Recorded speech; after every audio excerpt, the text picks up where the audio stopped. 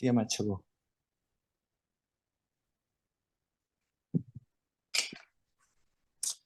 네, 오늘 모임 시작하겠습니다. 로마서 14장 1절서부터 4절까지입니다.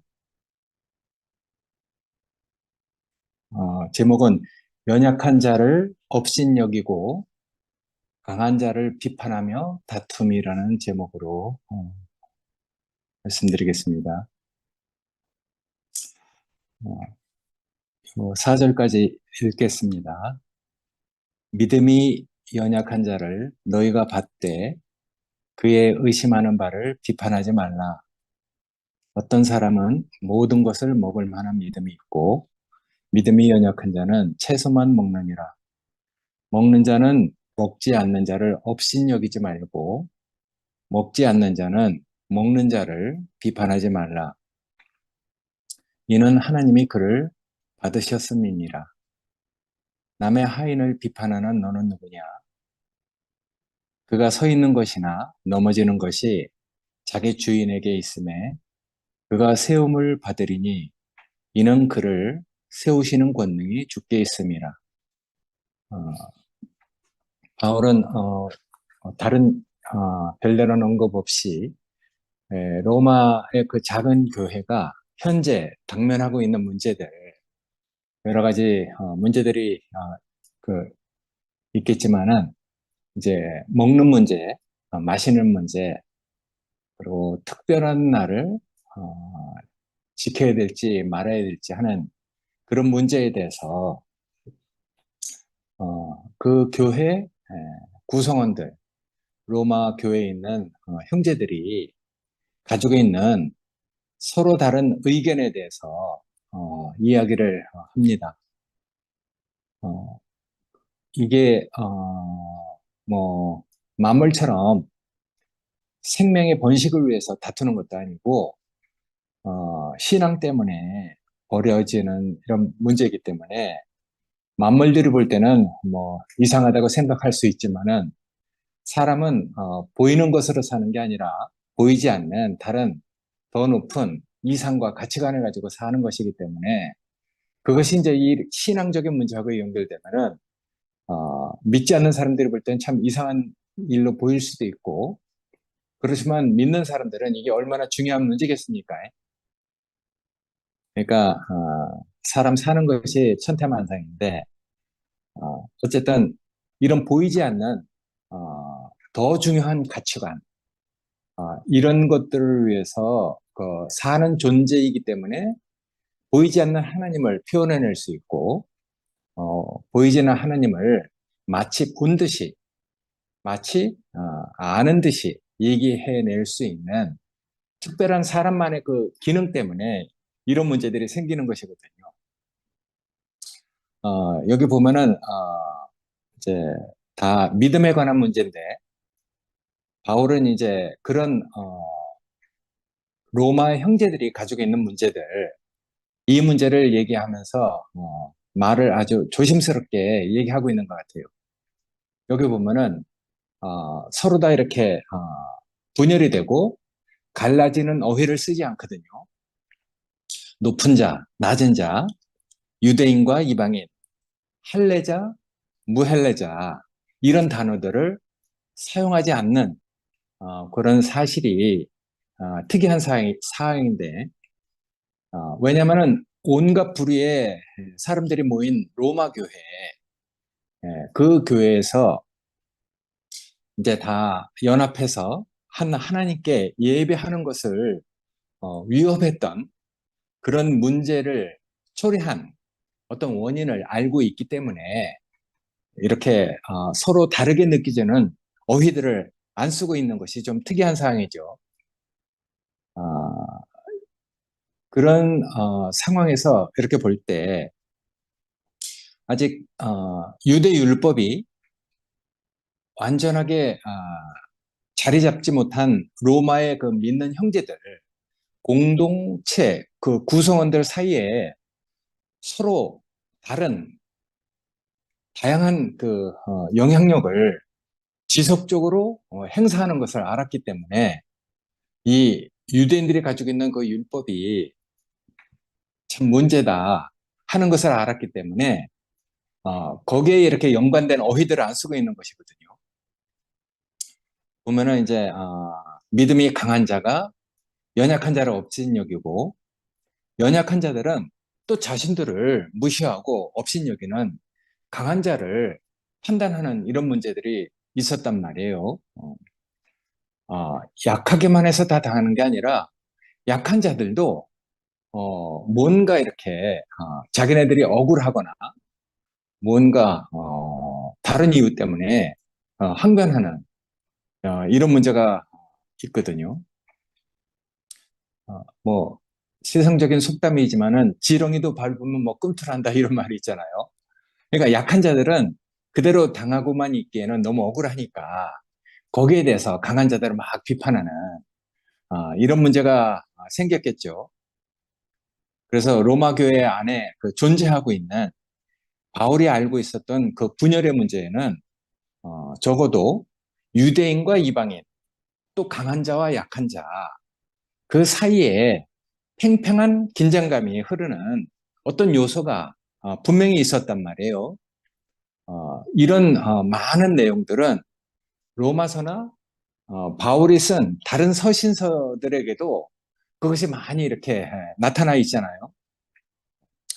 그래서 우리도 이제 그런 것들을 볼 때 마치 바울이 그렇게 조심스럽게 어떤 일에 대해서 굳이 함구를 안 하는 것은 다 이유가 있잖아요.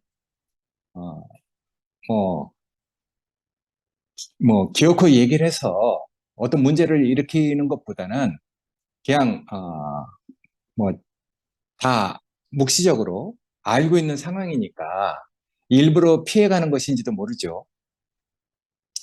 그래서 그런 것들을 볼 때 우리도 이제 그렇단 말이에요. 어, 우리 안에서도 여기저기 뭐 모임에 아무런 편견 없이 다니는 형제들이 있으니까 그런 형제들에 대해서 어, 그 뭐 어떤 진지한 얘기, 어느 한쪽의 그 관념에 대해서 그 모이는 내용이나 형태에 대해서 이야기하는 것을 우리가 사실은 좀 민망한 일이 벌어질까 봐 좀 피해 왔잖아요. 왜냐하면 그런 말들이 왜곡되게 전해지면은 말이라는 것이 참 그런 것 같아요. 있는 그대로 그 사람의 마음이 전해지면 참 문제가 없지만은 말을 전하다 보면 꼭 뭔가 자기 생각을 더해서 이렇게 전하기 때문에 그렇게 이제 왜곡되게 전해지면은 듣는 사람의 신기가 불편하니까 할 수만 있으면 우리는 이제 그런 상황을 피하고 싶어서 어떻게 하든 교회가 더 안정적인 그런 바탕 위에 이렇게 흘러가길 원하는 그런 마음으로 그런 문제들을 우리도 피해왔죠. 그래서 바울은 자기의 그 귀에까지 이렇게 들려왔던 형제들의 그 논쟁, 의견 차이가 분명히 있는 것에 대해서 다른 사람의 어떤 뭐 옳은 지각, 양심 뭐 이런 것을 바라는 것보다도 그냥 서로 받아라, 서로 다 인정해라, 아, 그렇게 얘기하고 있거든요. 그러니까 서로 이렇게 받아야 되는 바울이 요구하고 있는 그 기본적인 그 호소 안에는 그 교회가 사실은 다양한 집단으로 이렇게 분열되었다는 사실을 전제하고 있는 것이죠. 그런 말들이 이렇게 함축돼 있고, 그래서 이제 그런 형제들에게 사실은 뭐 좀 기다려 봐라, 오래 참아라. 그래서 인내와 사랑이 필요하다는 것을 아주 상당하게 자세히 얘기하고 있죠. 어떤 사람은 꼭 이건 해야 된다.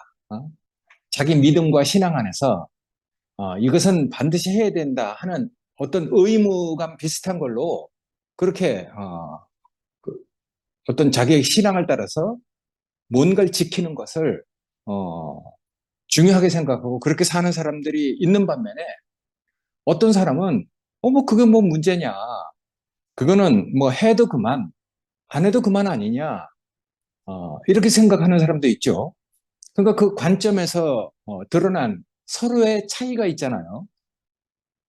그러니까 이제 이런 차이에 대해서 굳이 그 말을 해서 어떤 불편을 초래한다면은 그런 상황에서는 긴장이 더 커질 수밖에 없죠. 잘못하면 이게 이제 더 큰 문제를 가져와서 교회가 또 분열될 수도 있으니까 그래서 바울은 그게 아주 조심스럽게 얘기를 하고 있는 것이거든요. 1절에 보면 그렇게 얘기하고 있어요. 믿음이 연약한 자를 너희가 받되 그 의심하는 바를 비판하지 말아라. 이렇게 얘기하고 있잖아요. 받아라. 이렇게 이제 핵심을 찌르는 바울의 그 호소에는 실제로 그들은 서로 다 받지 못하고 서로를 인정하지 못하는 어떤 존재가 깔려 있는 것이죠. 그래서 바울은 이어 말하는 의도에서 자신을 강한 자라고 얘기하고 있어요. 가정에서 이제 자기를 얘기하는 것이거든요. 왜냐면은 편지를 읽는 사람들 대부분을 자기 자신 안에 그 포함시키려고 그렇게 얘기하는 것이죠. 다 의도가 있는 어휘인 것 같아요. 아마 그 로마 교회 안에도 어, 소심한 자들, 약한 자들이 있었단 말이에요. 근데 그 사람들은 소수의 개인들 이런 사람들이거든요. 자기 발언도 잘 못하고 뭔가 속으로 끙끙 앓고 있지만은 바깥으로 얘기하기는 참 이게 잘 안 되는 사람들도 있잖아요. 그래서 바울이 이렇게 얘기하고 있는 그 요지는 의심하고 있는 그 약한 자들 이런 사람들도 기꺼이 받아야 된다. 그렇게 얘기하는 것이거든요. 약한 자들을 보면은 사실은 어떤 특정한 문제에 대해서 어떤 관점에 대해서 이제 묻고 그 질문과 그 주제들에 대해서 사실은 알고 싶어서 정말 진심 어린 그 의심을 가지고 물어보고 있는 것이거든요. 근데 그걸 갖다가 이제 강한 자들, 믿음이 이렇게 있는 사람들이 그걸 무시하거나 다르게 얘기하면 안 되죠. 그걸 또 자기가 일방적으로 생각하는 선형적인 관점에서 그 비판하고 답변을 하게 되면은 그 연약한 자들, 어, 진심 어린 어떤 의심을 가지고 물어보는 사람들을 논쟁에 휘말리게 하고 실족하게 만들 수도 있으니까. 그러니까 그 당시에 있었던 문제들이 오늘날 현실 안에서 우리가 다 경험해 왔던 것들이니까. 그러니까 우리도 그런 문제들을 경험해 왔잖아요. 예전에 우리가 혼란을 겪을 때 이 교회가 앞으로 어떻게 되겠냐, 이 모임 뭐 계속할 수 있냐, 그리고 또 뭐 더 급진적으로는 아유 정말 저 11시에서도 그걸 피해 왔는데 여기서도 그런 힘과 기운이 느껴진다. 막 이렇게 말하는 사람들도 있고. 근데 우리가 음, 그런 모든 것에 대해서 우리가 다 지나가 보니까 알게 됐단 말이에요. 지금은 이제 그런 질문 하는 사람이 없잖아요. 그러니까 다 모든 것이 다 지나가는데 그 당시에는 답답하니까 궁금하니까 어떻게 될 것인지 걱정이 되니까 그렇게 물어보는 것이죠. 근데 지금은 모두가 다 하나님이 하시는 일로 받아들이고 있잖아요. 그거 지나보면은 다 알게 되는 것인데 그런 걸 통해서 이제 우리는 더욱더 하나님에게 하나님 하시는 일에 대해서 우리가 신뢰를 갖게 되는 것이죠. 여기 보면은 바울은 그렇게 얘기해요. 먹는 자는 먹지 않는 자를 업신여기지 말고 먹지 않는 자는 또 그렇게 마음대로 먹는 사람들을 비판하지 말아라. 이렇게 얘기했어요. 이건 양측을 다 하나님이 받으셨다. 이렇게 얘기하고 있는 것이거든요. 그래서 바울은 하나님께서 상대편 사람들도 다 하나님이 받으신 형제들이다. 그런 사실에 기초해서 양측에 서로 다 비판하고 입을 대는 그런 판단을 내리는 행위에 대해서 멈추기를 원하고 있단 말이에요. 먹는 자는 먹지 않는 자를 업신여기지 말아라.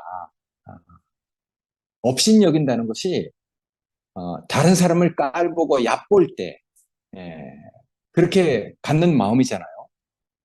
근데 그런 마음은 항상 문제를 일으키죠. 자기는 뭐 그렇게 할 만한 어떤 사람이라서 그렇게 할지라도 연약한 사람들은 아직 생명이 어리고 뭔가 이렇게 잘 알지 못하기 때문에 거기에 대해서 정말 자기는 중요하기 때문에 이렇게 물어보는데 그런 사람들을 우리가 무시하거나 깔보면은 문제가 생기는 것이거든요.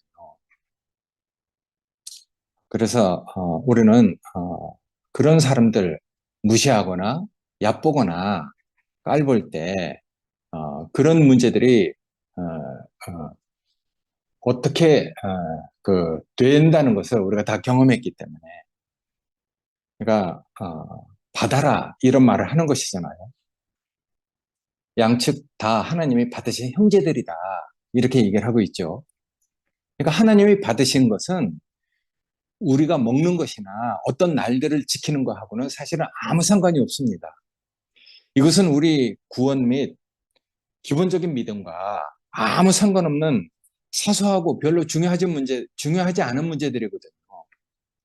근데, 신앙적인 어떤 도구모에 빠지면은 그런 것이 아주 중요하게 생각한단 말이에요. 그것이 아니면 하나님을 섬기지 않는 것처럼 느끼는 사람들도 있거든요. 그러니까 신앙이라는 것이 왜곡되게 잘못 이렇게 그 믿음을 갖게 되면은 참 많은 문제를 일으키죠. 그래서 우리는, 어, 하나님을 따르는 우리의 그 구원적인 구원, 기본적인 구원, 기본적인 믿음과는 먹고 어떤 나를 특별하게 지키는 이런 거하고는 아무 상관없다는 것을 우리가 알고 있잖아요. 음, 사실은 그런 것들은 뭐 별로 중요하지 않은 문제죠. 정말 중요한 문제는 다른 데 있는 것이잖아요. 그래서 우리는 그런 것들을 알기 때문에 그런 사소한 일들에 대해서 다른 사람을 멸시하거나 비판하지 말아야 됩니다. 우리가 믿는 사람들을 받는 근거는 하나님께서 그 사람들을 받으셨기 때문에 어, 그래서 하나님은 그분의 아들 되심에 따라서 사람을 받으시잖아요. 어느 사람이 하나님의 아들을 정말 주님이다. 우리 주 예수 그리스도다. 그렇게 이제 자기를 구원할 구주로 영접하면은 하나님은 그 사람을 즉시 받으시는 것이거든요. 그리고 그 사람을 위해서 그리스도 안에서 그 사람만큼 복을 누릴 수 있도록 그리스도를 알아갈 수 있도록 그래서 그리스도 안에서 성취하신 그 모든 것을 그 사람만큼 누릴 수 있도록 그 사람을 이끌어가는 것이거든요.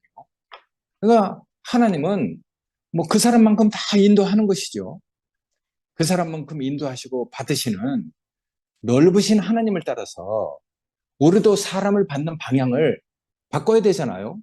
우리가 뭐 모든 사람을 다 용납하고 받을 수 있는 것은 아니지만은 그래도 그런 방향으로 하나님께서 사람을 어떻게 받으셨는지 그런 방향으로 그런 방향을 그런 쪽을 향해서 서 있어야 되잖아요. 그러니까 우리 마음이 어디에다 두고 있는가, 어느 쪽을 바라보고 있는가, 그게 중요한 것이죠.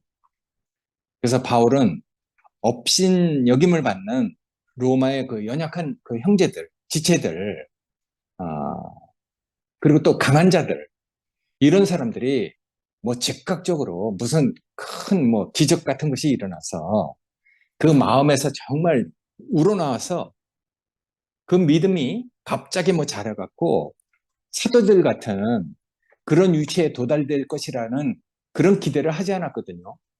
왜냐하면 생명은 점진적으로 자라는 것이니까 아이들이 갑자기 쑥쑥 크지 않잖아요. 어떤 그 옛날 뭐 최 목사님이 얘기한 그 대나무처럼 그렇게 쑥쑥 자라지 않는단 말이에요. 하나님을 담을 인격적인 그릇은 그만큼 경륜이 필요하고 어, 그만큼 어떤 그 자라가야 하는 어떤 시간이 꼭 있어야 되는 것이거든요. 그래서 그런 점을 바울은 자기 자신의 개인적인 관점으로 바꿔서 표현을 합니다. 여기 남의 하인을 비판하는 너는 누구냐? 그가 서 있는 것이나 넘어지는 것이 다 자기 주인에게 있는 것이다. 그 주인이 그 사람을 세우면은 그 사람은 옳은 사람이다.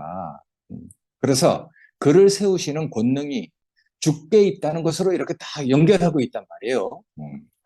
그러니까 결국은 그 사람을 옳다 여기고 바로 세우시는 그런 권능은 하나님에게 있다는 것을 이렇게 연결시키는 것이죠.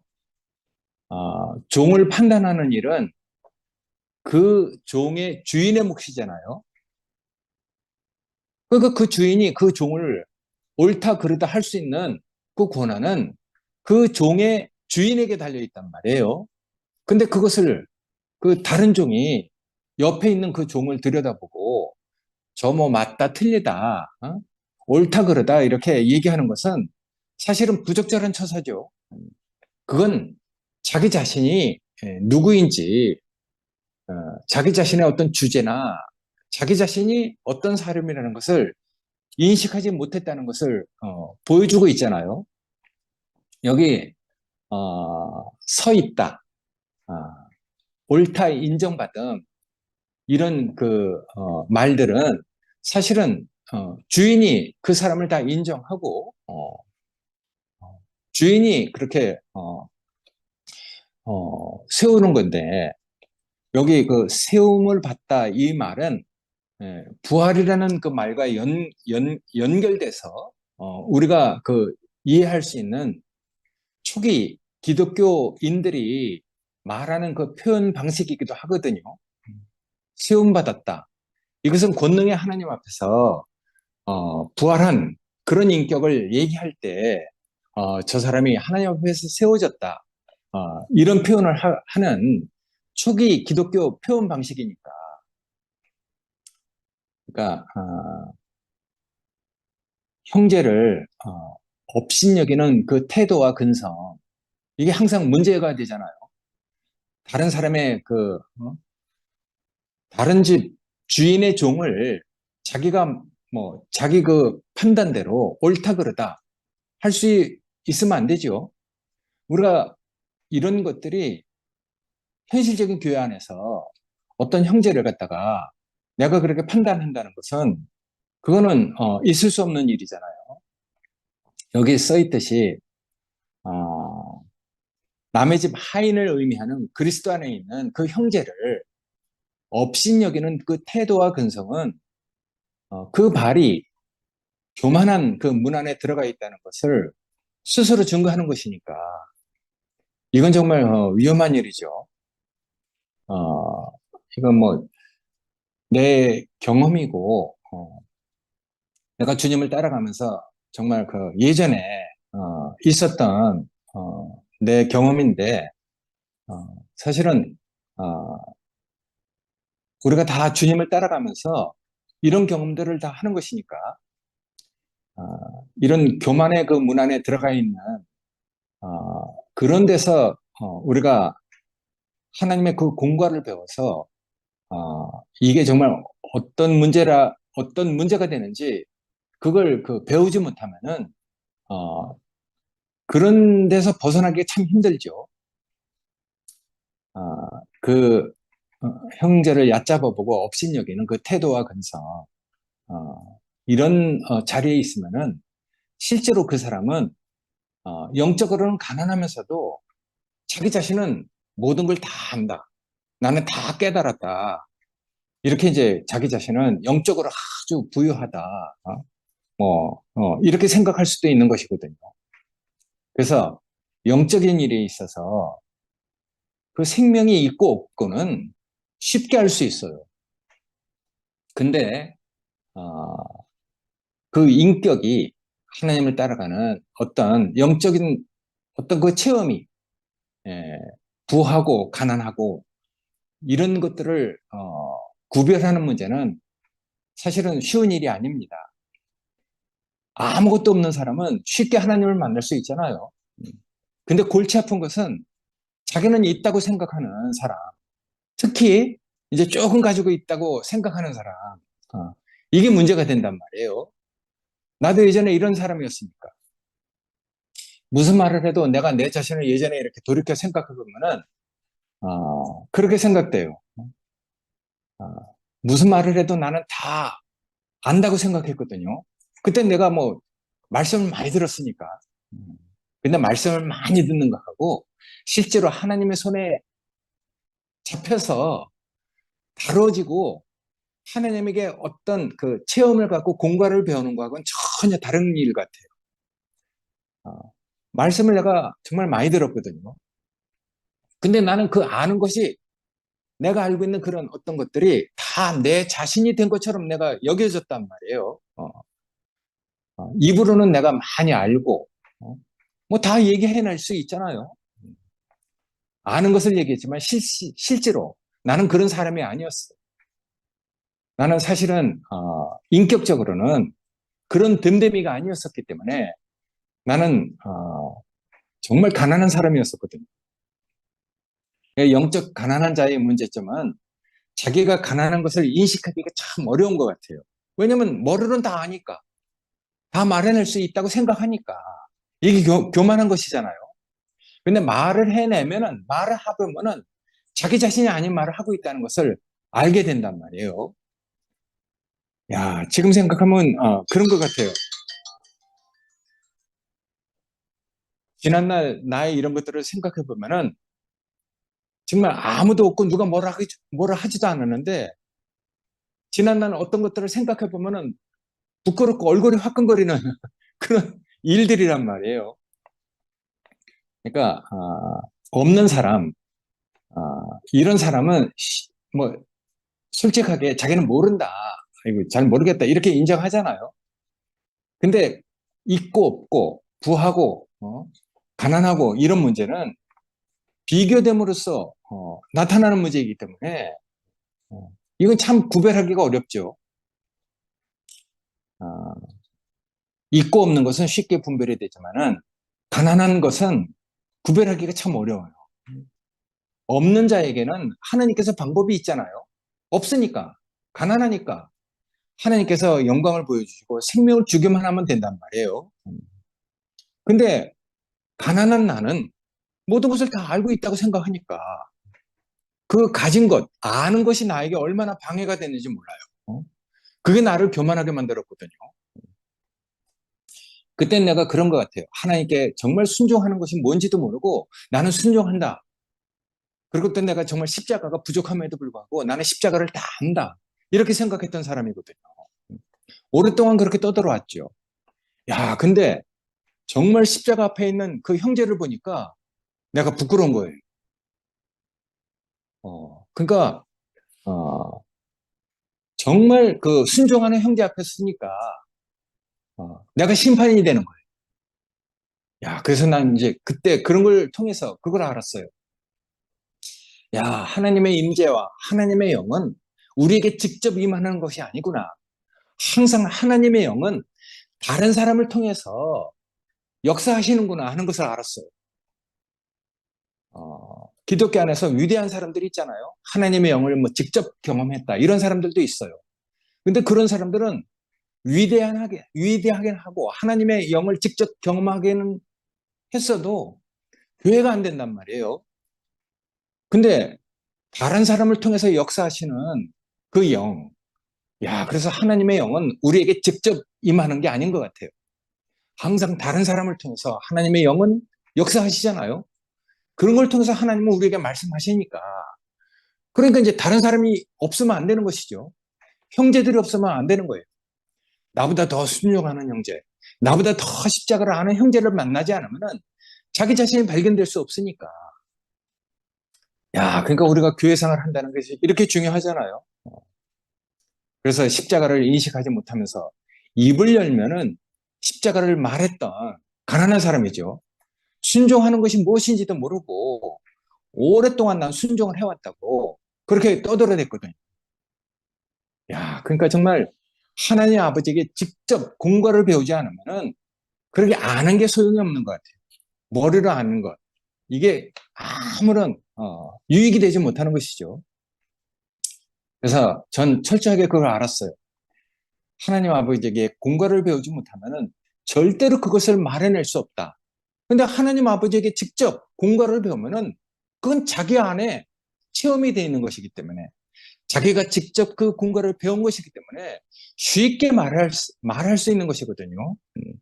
또 어떤 자료를 쉽게 벗어날 수 있어요. 그러니까 영적인 일에 있어서 가난하면서 사실은 교만한 사람이 많죠. 오히려 영적인 일에 있어서 부한 자가 겸손해요. 교만하지 않거든요. 예. 우리가 이제 그런 것들을 많이 근래 와서도 체험하죠.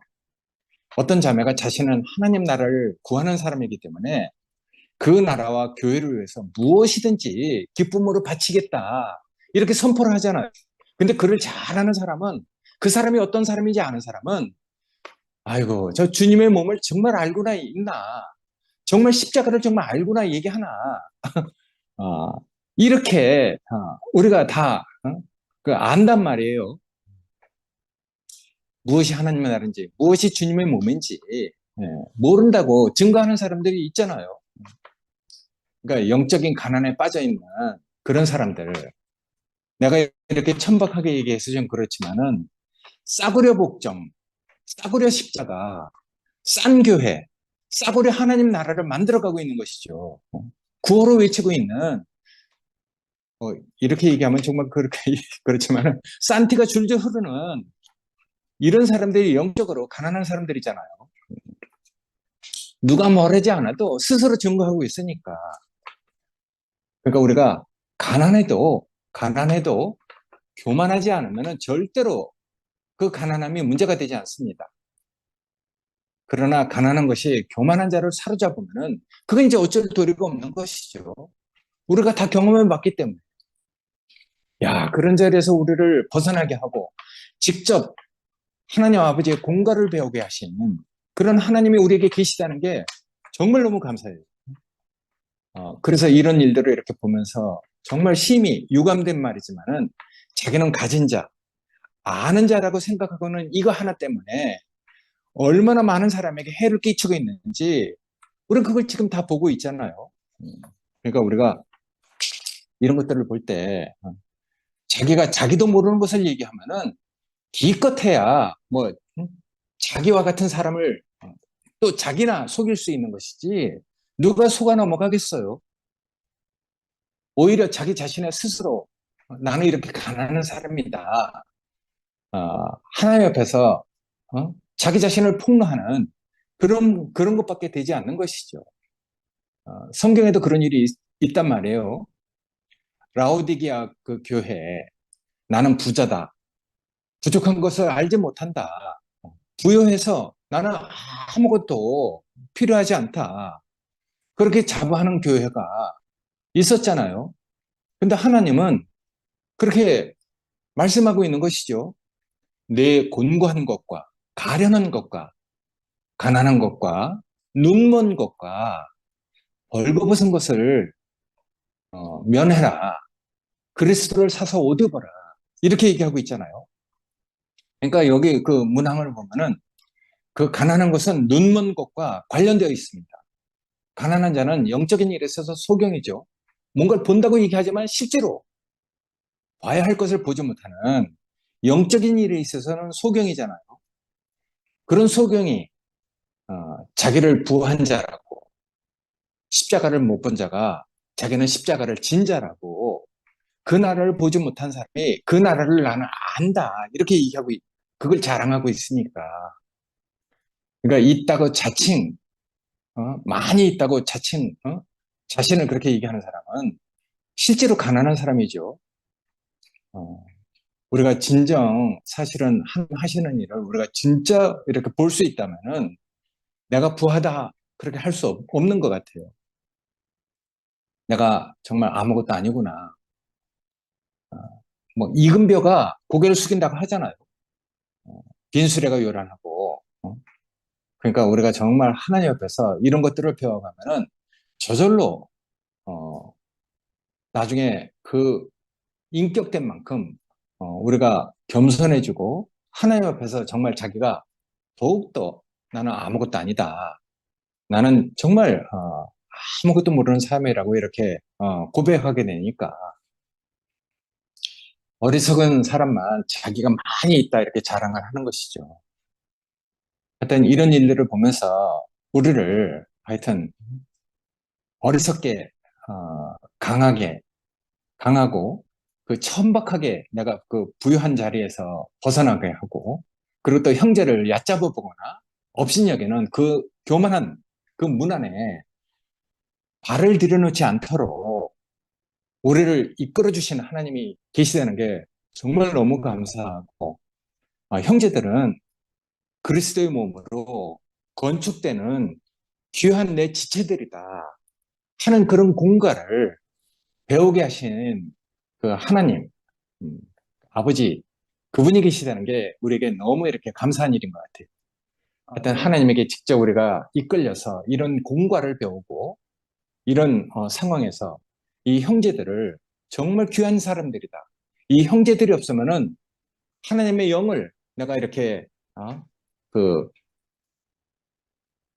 하나님의 그 임재를 형제들을 통해서 이렇게 느낄 수 있는 그런 것을 우리가 경험할 수 없다는 것을 알게 하시는 이런 상황이 우리에게 정말 감사가 되는 것 같습니다.